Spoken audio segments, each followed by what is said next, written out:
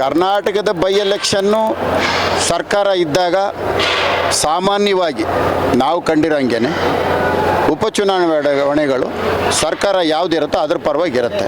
ಕಾರಣ ಸರ್ಕಾರ ಇರೋ ಕಡೆಗೆ ಓಟ್ ಹಾಕಿದ್ರೆ ನಮಗೇನಾದ್ರು ಅಭಿವೃದ್ಧಿ ಆಗ್ಬೋದು ಅನ್ನೋ ಉದ್ದೇಶ. ಆಮೇಲೆ ಒಂದು ಬೈ ಎಲೆಕ್ಷನ್ ಗೆಲ್ಲಕ್ಕೆ ಬಹುಶಃ ಒಂದು ಮುಖ್ಯಮಂತ್ರಿಗಳು 10 ಸಾರಿ ಹೋಗಿರೋದು, ಕಾಂಗ್ರೆಸ್ ಪಕ್ಷದ ಅಧ್ಯಕ್ಷರು ಒಂದು 20 ಸಾರಿ ಹೋಗಿರೋದು, ಇಡೀ ಮಂತ್ರಿಮಂಡಲನೇ ಹೋಗಿ ಅಲ್ಲಿ ಕುಂತಿರೋದು. ಇತಿಹಾಸದಲ್ಲಿ ಇಷ್ಟು ಕಷ್ಟಪಟ್ಟು ಗೆದ್ದಿರೋಂಥದ್ದು ಯಾವುದನ್ನು ಇದ್ದರೆ ಅವು 2 ಕ್ಷೇತ್ರಗಳು ಮಾತ್ರ ಆಗಿರುತ್ತೆ. ಅಂದರೆ ಅವರು ಹೋರಾಟ ಎಷ್ಟು ಮಾತ್ರಕ್ಕಿದೆ, ಅವರ ಒಂದು ಶಕ್ತಿ ಎಷ್ಟಿದೆ ಅನ್ನೋದು ಇದರಲ್ಲೇ ಕಾಣುತ್ತೆ.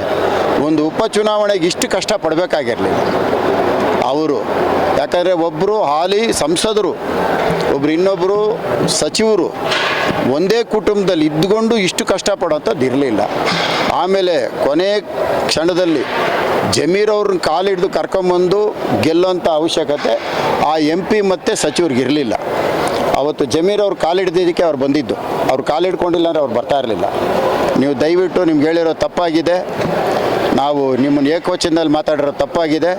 ಹಾಗಾಗಿ ನೀವು ಬಂದು ನಮಗೆ ಇಲ್ಲಿ ಮತಯಾಚನೆ ಮಾಡಬೇಕು ಅಂತ ಕೇಳಿದಾಗ ಆದರೂ ಜಮೀರ್ ಭಾಳ ಬುದ್ಧಿವಂತಿಕೆಯಿಂದ ಮನೆಗೆ ಹೋಗಿ ಊಟ ಮಾಡ್ಕೊಂಡು ಹಂಗೆ ಹೋಗ್ಬಿಟ್ರು. ಎಲ್ಲೂ ಒಂದು ಕಡೆನೂ ಅವರು ರ್ಯಾಲಿ ಮಾಡೋದಾಗಲಿ ಓಟ್ ಕೇಳೋದಾಗಲಿ ಏನೂ ಮಾಡಿಲ್ಲ. ಅವ್ರು ಕಾಲಿಡ್ದು ಬೇಡ್ಕೊಂಡಿದ್ದಕ್ಕೆ ಮನೆಗೆ ಬಂದು ಊಟ ಮಾಡೋಗಿದ್ದಾರೆ ಅಷ್ಟೇ.